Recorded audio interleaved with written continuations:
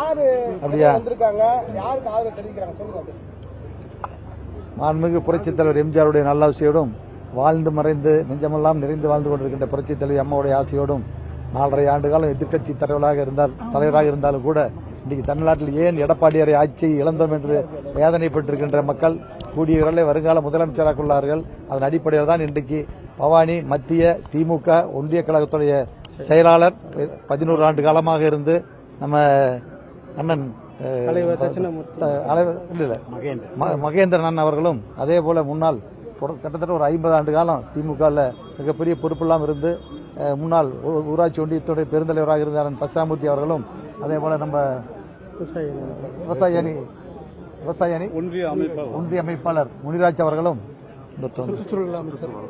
சுற்றுச்சூழல் துறையில் திமுகவில் அங்க வைத்த ஆனந்த் அவர்களும் அதேபோல அவருடன் வருகின்றிருக்கின்ற ஒரு 100க்கும் மேற்பட்ட இளைஞர் வட்டாளங்களும் இன்றைக்கு நம்முடைய அண்ணன் எடப்பாடியாருடைய அவருடைய பேச்சு அவருடைய திறமை எல்லாம் பார்த்து திமுகவுடைய அலங்கோல ஆட்சி போதை கலாச்சார ஆட்சி மக்களை பாதிக்கக்கூடிய ஒரு மிக மோசமான ஆட்சி நடத்தி கொண்டிருக்கிற காரணத்தினால அவருடைய வாக்குறுதி தேர்தல் வாக்குறுதி எதுவும் நிறைவேற்ற காரணத்தினால அதிலிருந்து அந்த கட்சி பிடிக்காமல் அதிலிருந்து விலகி இன்றைக்கு அனைத்து இந்திய அண்ணா திமுகவில் அண்ணன் பொதுச் செயலாளர் எடப்பாடியார் அவர்களை சந்தித்து இன்னைக்கு அவர் இணைத்துள்ளார்கள். அவருடைய பணியும் அவரோட இதுவும் எங்களுக்கு சிறக்க அவரை நெஞ்சார வாழ்த்திக் கொள்கிறோம். நன்றி. அதிமுக வெற்றி வாய்ப்பு நீங்க போறீங்க எல்லாம் தெரியாம போயிருது. 100% 200 தொகுதி ஜெயிக்கும். எந்த ஆட்சேபனையும் கிடையாது. அருமையான கூட்டணி பிஜேபி பாட்டாளி மக்கள் கட்சி அருமையான கூட்டணி இருக்கிறதுனால நமக்கு அதே டிவி தினகரன் அமமுக நல்ல கூட்டணி இருக்குது. அவங்க மாதிரி அங்க இருக்கிற கம்யூனிஸ்ட்ல எங்க கம்யூனிஸ்ட் எங்க என்ன கேட்கற அளவுக்கு தான் இருக்கு. கம்யூனிஸ்ட் கிடையாது, தமிழ் காங்கிரஸ் ஒன்றும் பெருசா கிடையாது.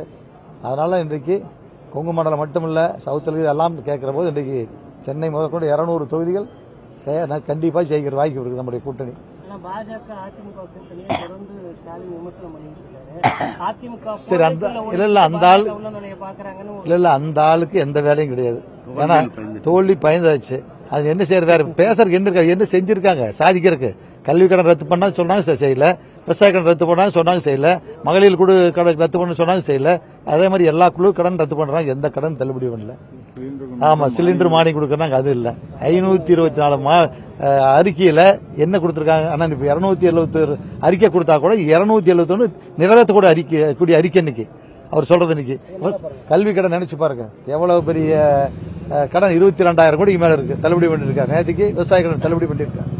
அதனால மத்திய அரசு எதிர்த்து எந்த பணம் இல்லாம 5 லட்சம் கோடி கடன் வாங்கிட்டு அதில் 20% கமிஷன் வாங்கி ஒரு 2 லட்சம் கோடி வீட்டுக்கு எடுத்துட்டு போயிருக்காங்க. இதுதான் மிச்சம் ஸ்டாலினோட ஆட்சியில.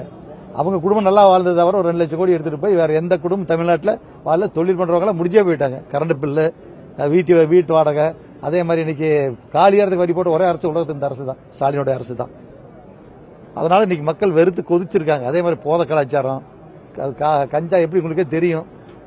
வேலையே 1000 ரூபாய் திமுக எல்லாம் விற்கிறாங்க. கஞ்சா ஆயில், கஞ்சா சிகரெட், கஞ்சா சாக்லேட், என்னோ புதுசா கண்டுபிடிச்சிருக்காங்க. வீட்டு பிரிக்க உலகத்தில் வட்டி போடுற முதலமைச்சர் இந்த ஒரே முதலமைச்சர் விருதா ஸ்டாலின் தான். நினைச்சு பாருங்க அவர் எப்படி ஓட்டு போடுவாங்க ஜனங்க. கரண்ட் கட் அதுக்கு ஒரு நாளைக்கு 10 டைம் கரண்ட் கட்டான இருந்து 30 கிலோமீட்டர் 40 கிலோமீட்டர் கூட்டு குடிநீர் தண்ணி போகுது, ஆத்தண்ணி போகுது. கட்டாயம் வந்ததுனால தண்ணி இன்னைக்கு பாதி 50 வருஷம் தண்ணி கூட போறதில்லை. டைலாண்டு தண்ணியே கிடைக்கல, 6 மாசம் தண்ணியே கிடையாது. அத்திக்காவோட 1600 கோடி அருமையான திட்டம். இன்னைக்கு ஸ்டாலின் பேசுற ஈரோட்டில் அந்த ஆள் கொண்டாந்தாரம்மா, நாக்கே இத்து போய் அந்த ஆள் நாக்கு. அதை யார் முதல்ல ஆரம்பிச்சு வச்சாங்கன்னு கேட்கணும். நீங்க இன்னும் கடைசியில் போய் ஒரு 10% வேலை இருந்துச்சு, 10% வேலையை 3 வருஷம் செஞ்சாங்க. நாங்க ஒரு வருஷத்துல 90% வேலை முடிச்சுக்கிட்டோம். 1600 கோடி அரசு மக்களுடைய வரிப்பணம். அது எந்த லோனோ எந்த இது எதுவுமே கிடையாது. அருமையான திட்டத்தை நிறைவேற்றி கொடுத்தாரு. 600 கோடிக்கு அதே மாதிரி மக்களுடைய வரி பணத்தில் இன்னைக்கு ஈரோடுக்கு அருமையான தண்ணி கொடுத்தாங்க. 450 கோடிக்கு ஒரு 4 வழி சாலை கொடுத்திருக்காங்க. என்ன செஞ்சிருக்காங்க திமுக? சொல்லுங்க. அது 2000 கமிஷன் வாங்குறக்கா? 8000 2000 கமிஷன் வாங்கிட்டு டோக்கன் வாங்கி கொடுப்பாங்க. என்ன வாங்க முடியும் 8000 ரூபாயில? சொல்லுங்க பாக்கலாம். ஒரு 2 இந்த அடுப்பு வாங்கிட்டு போலாம், என்ன அடுப்பு வாங்கிட்டு போலாம், நம்ம சிண்டாக்ஸ் அடுப்புக்கு 2 அடுப்பு வாங்கிட்டு போலாம். என்ன பிரயோஜனம்? ஒரு பிரிட்ஜ் வாங்கி பாருங்க. பிரிட்ஜை கண்ணில் பார்க்காத பிரிட்ஜ் இன்னைக்கு பெண்கள் எவ்வளவு ஒரு ஆர்வமா இருக்காங்க. பிரிட்ஜுங்கிறது ஒரு கனவா இருந்தது. இன்னைக்கு அந்த கனவை நனவாக்கியது அண்ணன் எடப்பாடியார் அவர்கள். சட்ட ஒழுங்கு எடப்பாடியார் முதலமைச்சர் 24 மணி நேரத்தை சட்ட ஒழுங்கு சரியாது இல்லையா பாருங்க. இந்த கொலை கொள்ளை போத கலாச்சாரம் கஞ்சா பிகர் எவனும் இருக்க மாட்டான். சாதிக் சேட்டு 2000 கோடிக்கு போல போத மருந்து களத்தில் எங்கிருந்து அவர் ஸ்டாலின் வீட்டில் தான் இருக்காரு. அகில உலக அந்த கட்சியில் ஒரு புது பதவி அகில உலக செயலாளர். உலகத்தில் எங்க வேணும் போல போதை பொருள் கடத்த இருக்கு. என்ன இருக்கு சொல்லுங்க பார்க்கலாம்.